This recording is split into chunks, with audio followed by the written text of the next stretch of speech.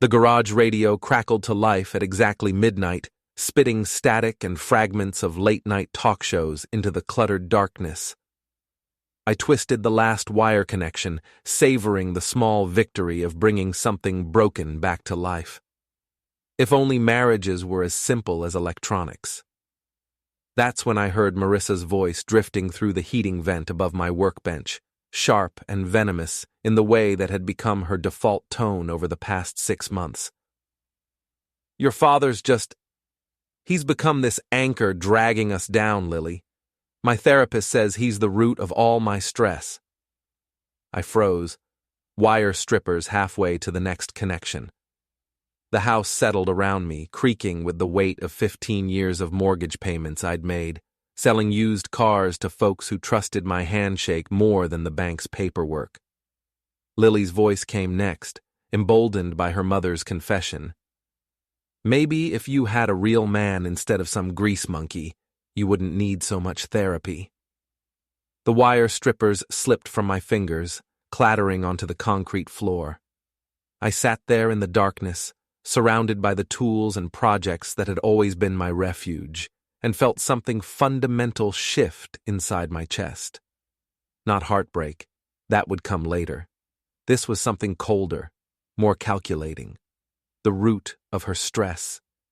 That's what I'd become after building this life from nothing, after working 16-hour days to put her through law school, after making sure Lily had everything I'd never had growing up in the projects on the South Side.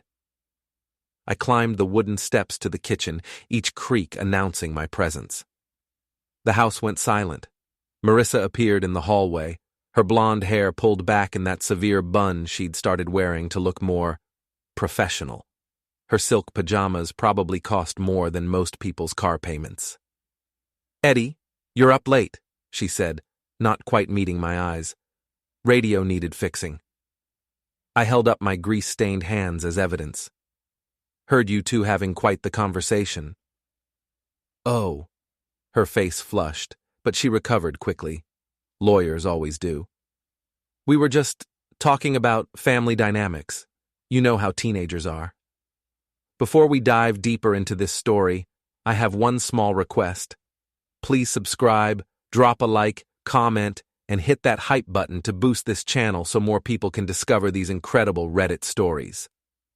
Lily emerged from behind her mother, 17 years old, and already mastering that particular brand of entitled cruelty that comes from never having to work for anything.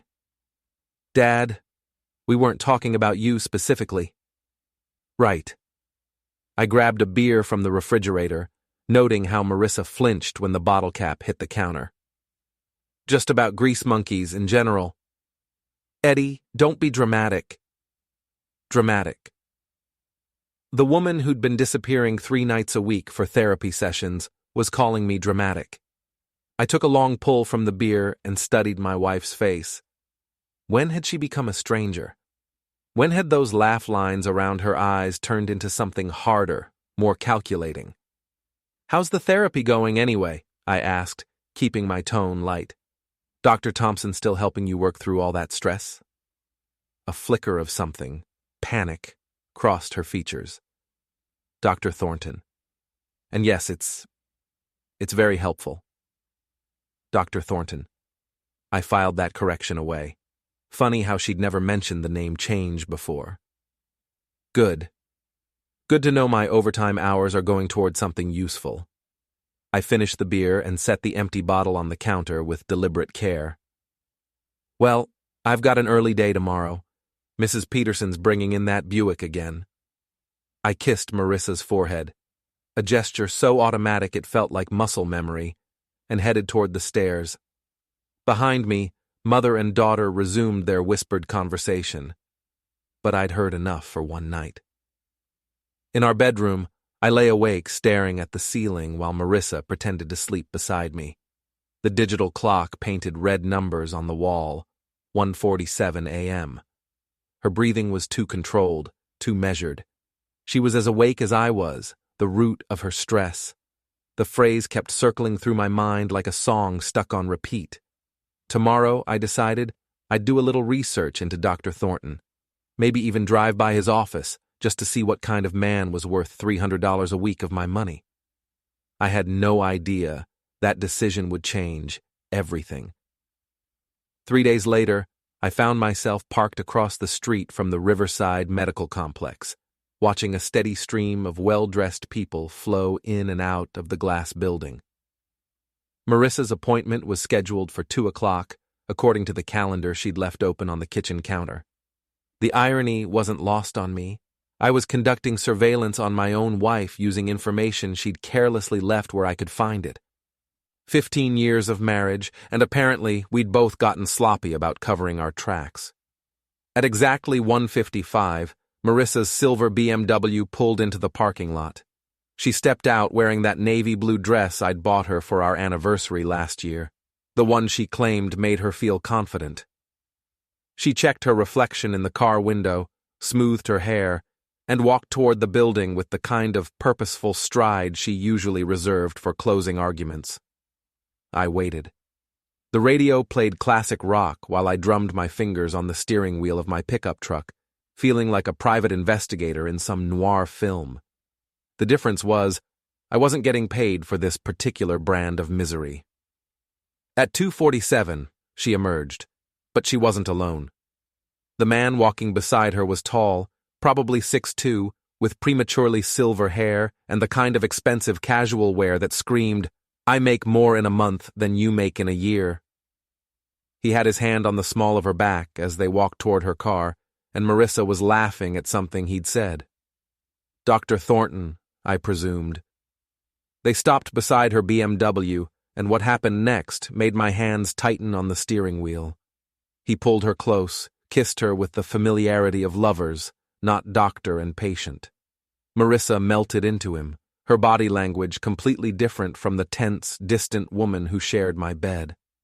I sat there watching my wife embrace another man in broad daylight, in a public parking lot, and felt that cold calculation from the garage spread through my entire body. This wasn't just therapy. This was a full-blown affair, conducted on my dime, scheduled around my work hours, and apparently so comfortable they didn't even bother hiding it. They separated, and Thornton walked toward a gleaming Tesla parked in the doctor's reserved section. Marissa got into her BMW and drove away, probably heading home to ask me how my day went. I waited until Thornton's Tesla disappeared around the corner, then drove home in silence. The radio stayed off. I needed to think. Marissa was in the kitchen when I walked through the door, stirring something that smelled like the expensive pasta sauce she bought from that gourmet market downtown.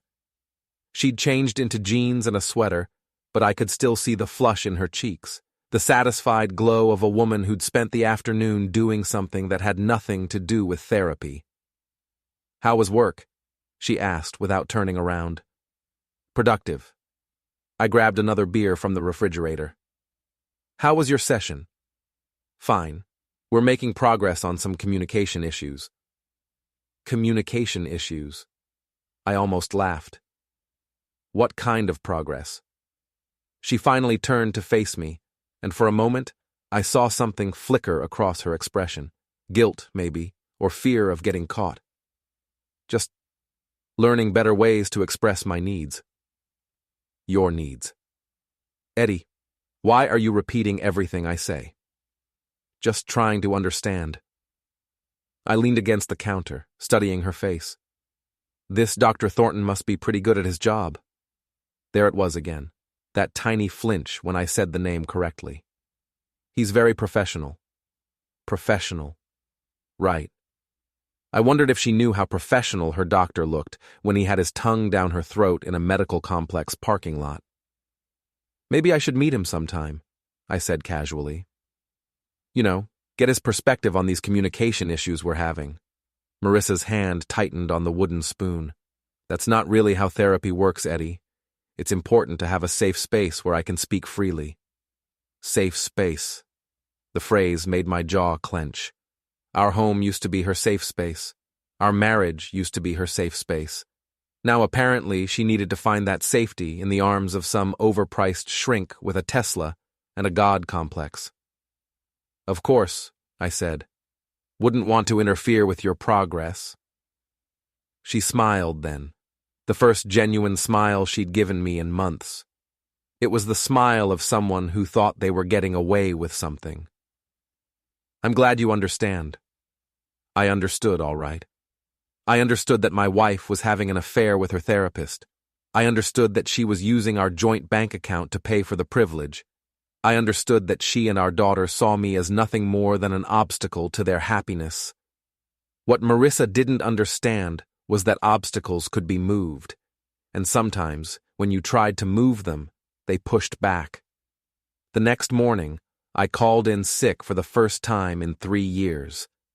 Marissa had already left for her law office, and Lily was at school, which gave me the house to myself and a chance to do some real detective work. I started with our joint bank account, pulling up statements on the computer in our home office. The therapy payments were right there, bold as brass, $300 every Tuesday and Thursday for the past 6 months. But there were other charges too, ones I'd been too trusting or too busy to notice before. Expensive dinners at restaurants I'd never been to, hotel charges in the middle of the afternoon, lingerie purchases from boutiques that definitely weren't buying presents for me. The evidence was laid out in black and white, a paper trail of betrayal funded by my own hard work. I printed everything, organizing the statements in chronological order. The affair had started gradually, a few extra therapy sessions here and there, then dinners that could be explained as working late. But in the past 2 months, it had escalated. They were getting careless, or maybe they just didn't care anymore. Next, I searched for Dr. Theodore Thornton online. His website was sleek and professional, full of stock photos and testimonials about his innovative approach to couples therapy. The irony was thick enough to choke on. His bio mentioned his specialization in helping individuals navigate complex relationship dynamics. Complex relationship dynamics. Is that what they called adultery these days? I found his home address through the medical board's public directory. He lived in Riverside Heights, the kind of upscale neighborhood where the houses had names instead of numbers, and the mailboxes cost more than most people's monthly rent.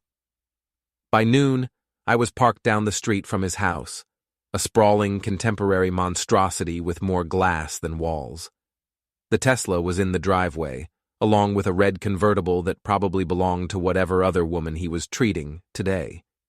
My phone buzzed with a text from Marissa. Working late tonight. Don't wait up. Working late, on a Wednesday, when her calendar clearly showed no court appearances or client meetings. I drove to her law office and confirmed what I already knew. Her car wasn't in the parking lot. Another lie, casual and automatic. I wondered how many others I'd swallowed over the past 6 months. The rage was building now, but it was a cold, focused anger. The kind that plans instead of explodes. The kind that waits for the right moment and then strikes with surgical precision. I spent the afternoon at Murphy's bar, nursing a single beer and thinking. Mo Murphy, the owner, was an old friend from high school who'd parlayed a boxing career into a successful business. He had the kind of street smarts that came from growing up hard and the loyalty that came from shared history. "You look like someone stole your lunch money," Mo said, sliding onto the bar stool beside me. Something like that. I stared at my reflection in the mirror behind the bar. When had I started looking so tired, so defeated? "Mo, you ever been married?" "3 times. Why do you think I own a bar?" He signaled the bartender for a whiskey. "What's Marissa done now?" "What makes you think she's done anything?" "Because you've been married 15 years, and this is the first time you've ever asked me about marriage." Mo studied my face with the same intensity he'd once used to read opponents in the ring. "Talk to me, Eddie." So I told him. Not everything, not yet, but enough. The distance, the therapy bills, the late nights, and changed behavior. Mo listened without interruption, occasionally nodding or grunting in recognition. "You want my advice?" he said when I finished. "Document everything. Every lie, every charge, every time she's supposed to be somewhere she's not, and then you decide what you want to do about it. What would you do? Mo's smile was sharp as broken glass. I'd make sure she understood exactly what she was throwing away. But that's me. You're a better man than I am, Eddie. Always have been. Better man. The phrase echoed in my head as I drove home. Marissa's car was already in the driveway when I pulled up, which meant she'd gotten home from her fictional late night at a reasonable hour. She was in the living room, reading a legal brief and sipping wine from one of our wedding crystal glasses. She looked up when I entered, and for just a moment, I saw her as she used to be. The ambitious law student who'd fallen in love with a mechanic because he was real in a world full of pretense. "How was work?" she asked. "Educational." I sat down across from her, studying her face. "How was your late night?" "Exhausting. The Morrison case is more complicated than we thought." Another lie, delivered with the same casual confidence as all the others. I wondered if she practiced them, or if deception had just become second nature. "Marissa," I said carefully, "are you happy?" The question seemed to catch her off guard. She set down her wine glass and really looked at me for the first time in months. "What kind of question is that?"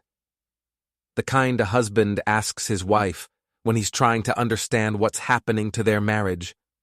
She was quiet for a long moment, and I could see her choosing her words carefully. "I think we've grown apart, Eddie. People change. Sometimes they change in different directions." "And therapy is helping you figure out which direction you want to go?" "Yes. Dr. Thornton is helping me understand what I need to be fulfilled." Fulfilled. There was that clinical language again, the kind of therapeutic jargon that turned adultery into self-actualization. "What do you need, Marissa?" She looked away, unable to meet my eyes. "I need someone who understands my ambitions, someone who can match my intellectual curiosity, someone who challenges me." "Someone like Dr. Thornton?" Her head snapped back toward me, and I saw fear flicker across her features. "What's that supposed to mean?" "Nothing. Just wondering if you found what you're looking for." We stared at each other across the coffee table, and I could see her trying to read my expression, trying to figure out how much I knew. The truth was, I knew everything that mattered.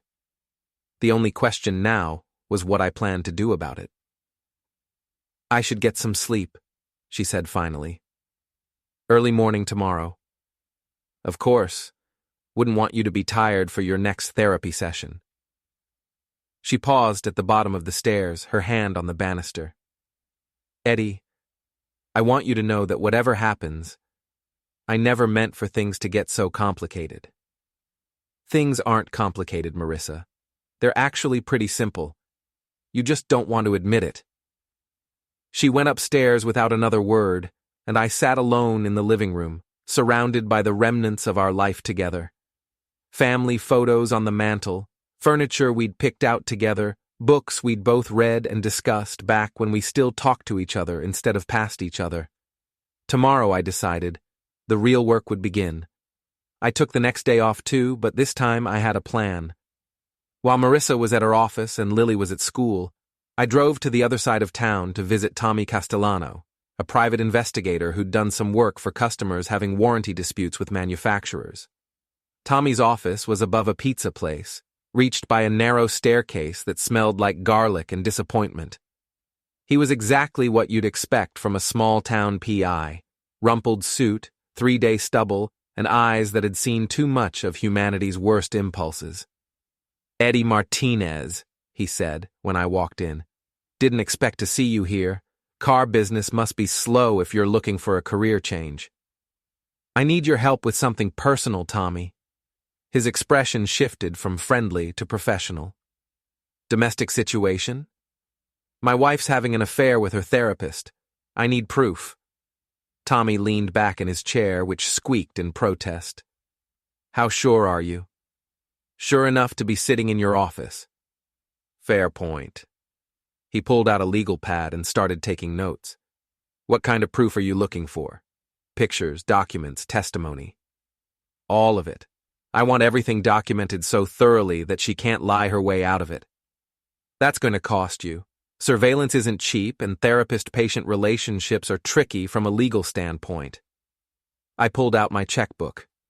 How much? 3 hours later, I had a contract with Tommy and a plan that would either give me the ammunition I needed or confirm that I was just a paranoid husband letting jealousy cloud his judgment. Deep down, I knew which outcome was more likely.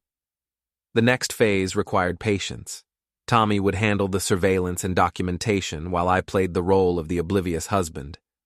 It was harder than I'd expected, sitting across from Marissa at dinner and making small talk while knowing she'd spent the afternoon in another man's bed. But I was learning things about myself during those long, careful days. I was learning that I could lie as smoothly as she could when the situation required it. I was learning that betrayal, once you really understood its scope, created a kind of clarity that was almost liberating.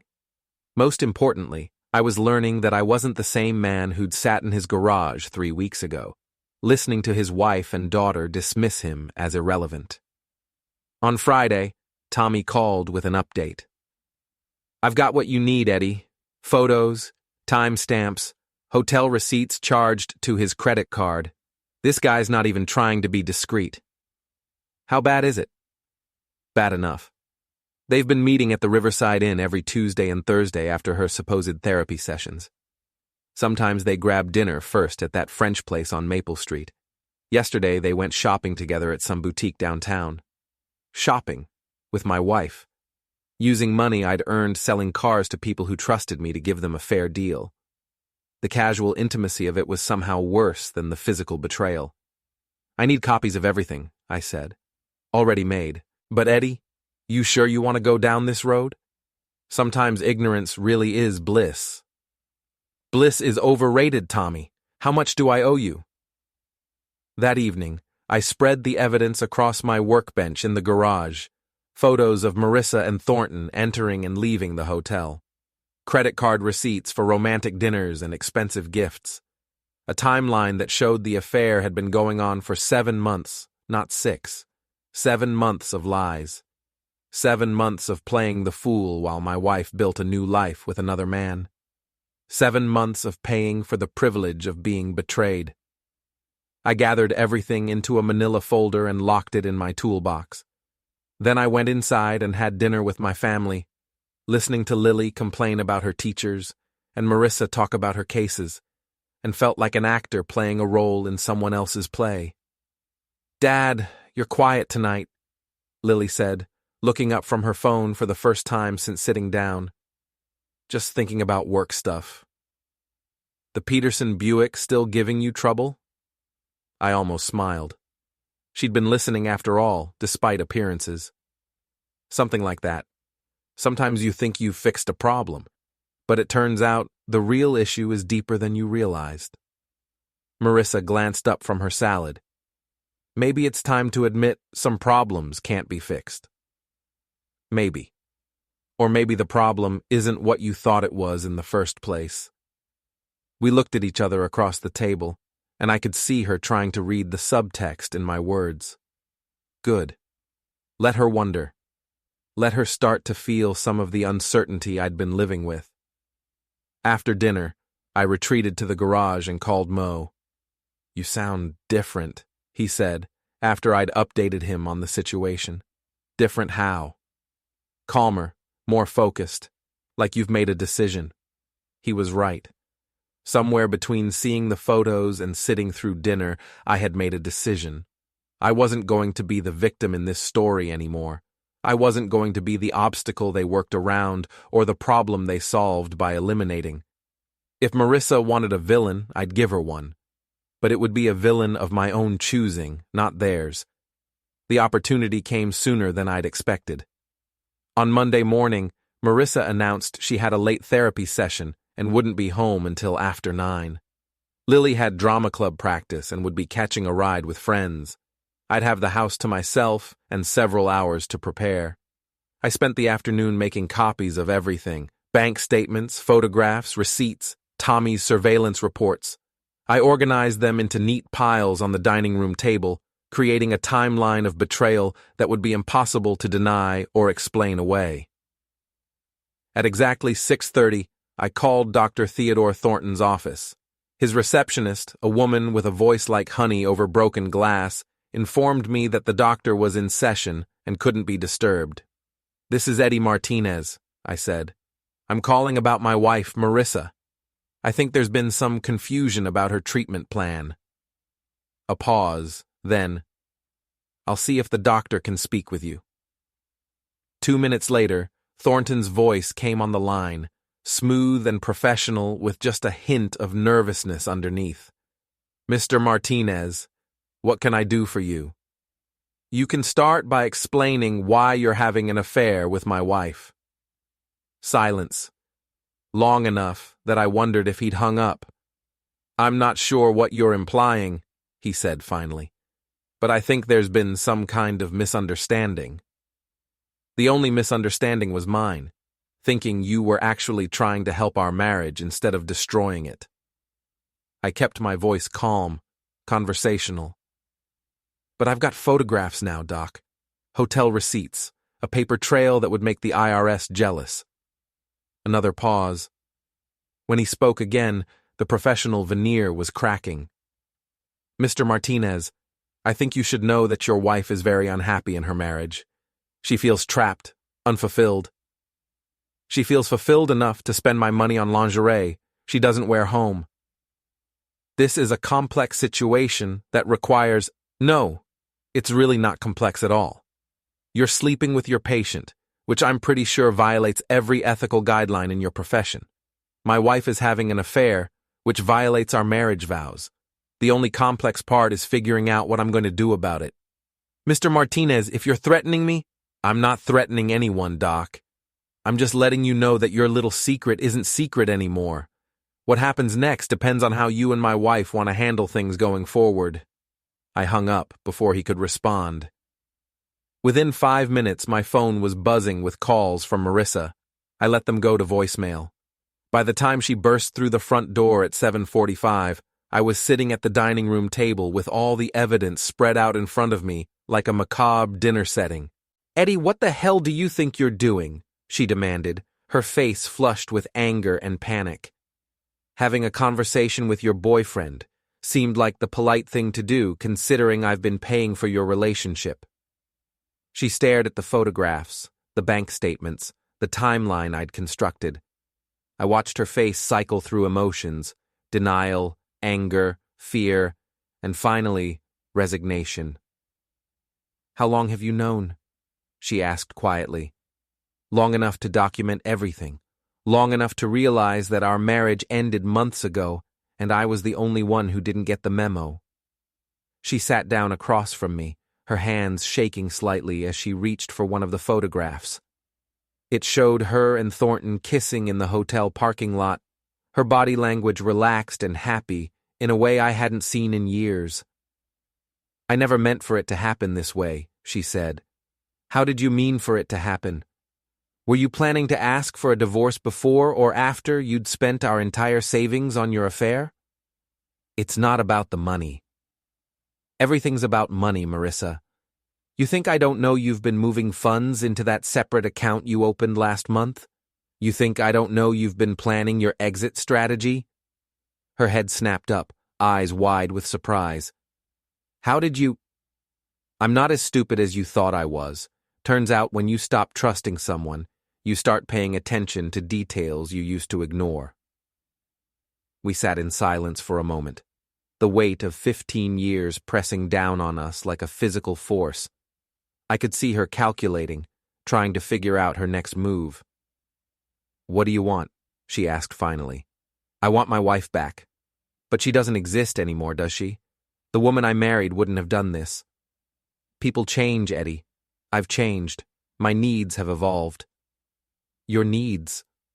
I laughed, but there was no humor in it. "Your needs required you to lie to me every day for 7 months. Your needs required you to steal from our joint accounts. Your needs required you to turn our daughter against me. Lily makes her own choices. Lily parrots what she hears from you, And what she's been hearing is that her father is worthless. Marissa's composure finally cracked. Maybe because you are worthless. Maybe because I'm tired of being married to someone with no ambition, no drive, no intellectual curiosity. Maybe because I deserve better than a life spent watching you fix other people's broken cars. There it was. The truth, finally spoken aloud. Not the therapeutic jargon about personal growth and fulfillment, but the raw contempt she'd been hiding behind polite distance. You deserve better, I repeated slowly. Okay. Let's talk about what you deserve.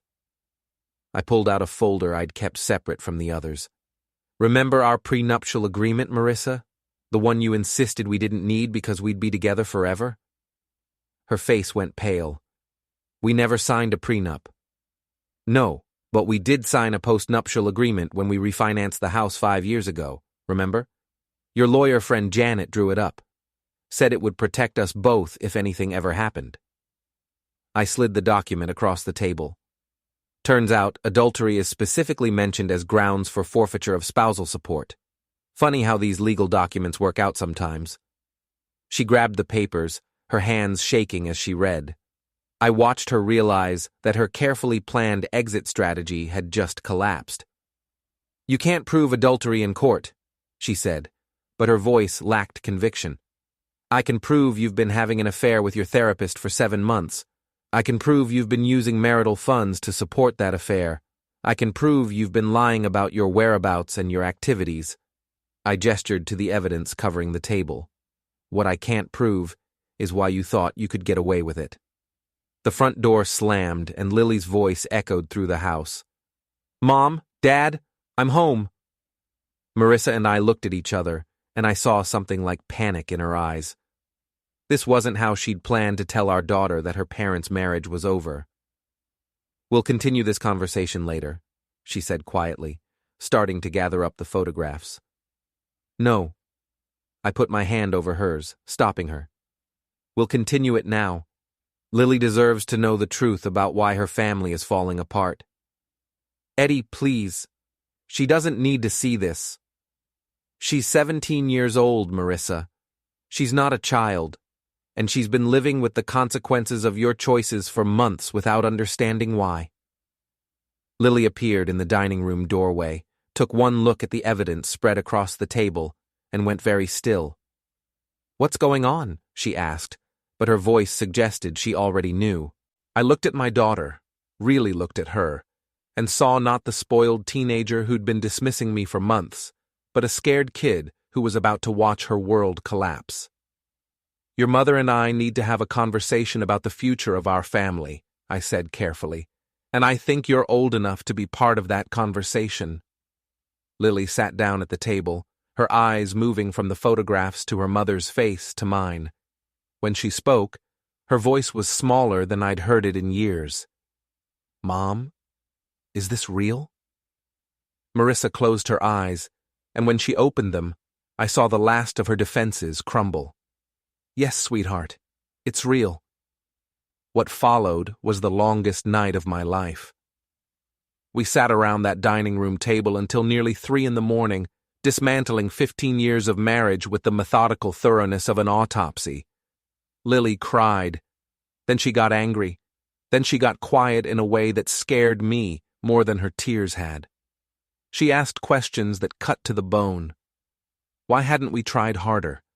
Why hadn't anyone told her how bad things had gotten? Why did she have to find out this way? Marissa tried to explain about personal growth and compatibility and the complexity of adult relationships.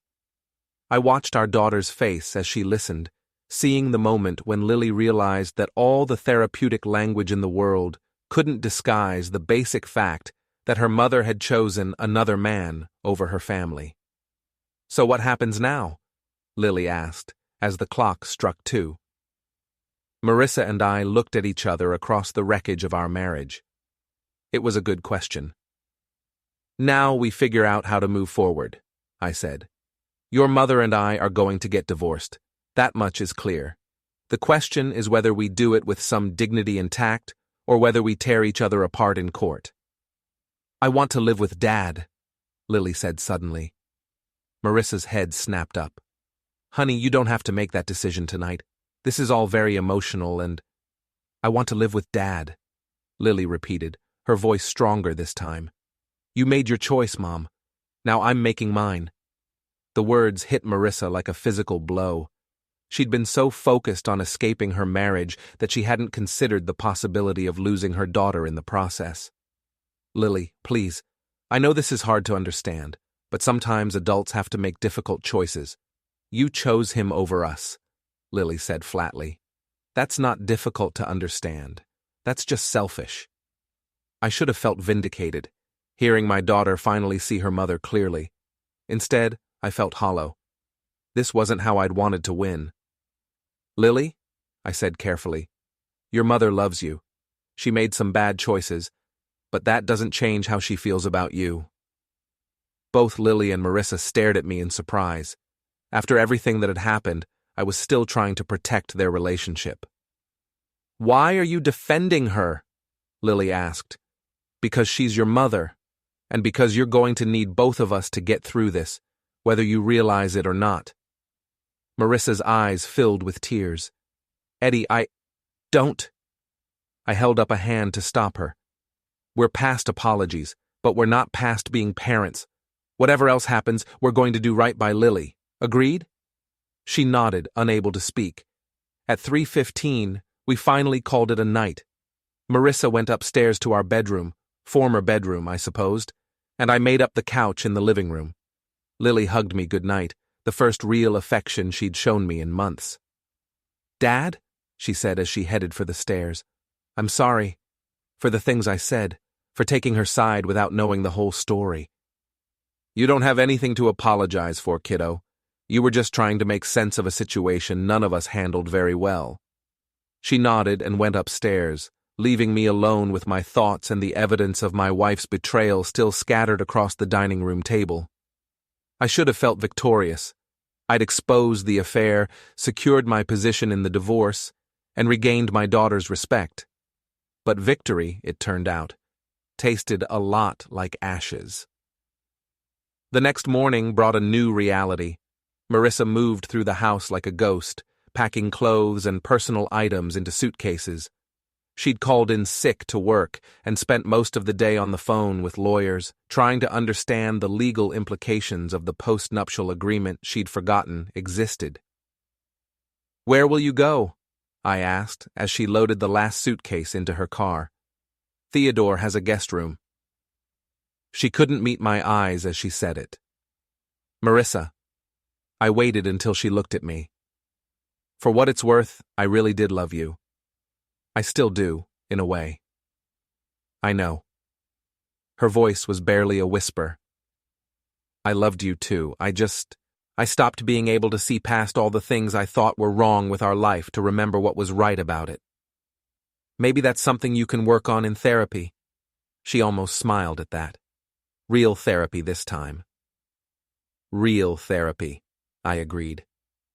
She drove away at 4:30 on a Tuesday afternoon, taking nothing but clothes and personal items, leaving behind 15 years of shared history and a daughter who watched from the living room window as her mother chose another life over the one they'd built together. That evening, Lily and I ordered pizza and sat in the kitchen, not talking about the obvious absence at our table. Dad? She said finally. Yeah? Are you okay? It was such a simple question, but it caught me off guard. When was the last time someone had asked me that? When was the last time I'd even asked myself? I will be, I said. We both will be. Do you think she'll be happy? With him? I considered the question carefully. Marissa had gotten what she thought she wanted. Freedom from a marriage she found limiting. A relationship with a man who matched her intellectual and social ambitions. Escape from the mundane realities of middle-class life. I think she'll get exactly what she deserves, I said finally. Lily nodded, seeming satisfied with that answer. 3 weeks later, I got a call from Tommy Castellano. Thought you might want to know, he said. Your wife's boyfriend is in some hot water with the medical board. Seems someone filed a complaint about his relationship with a patient. Someone? Anonymous tip. Very detailed, very well documented.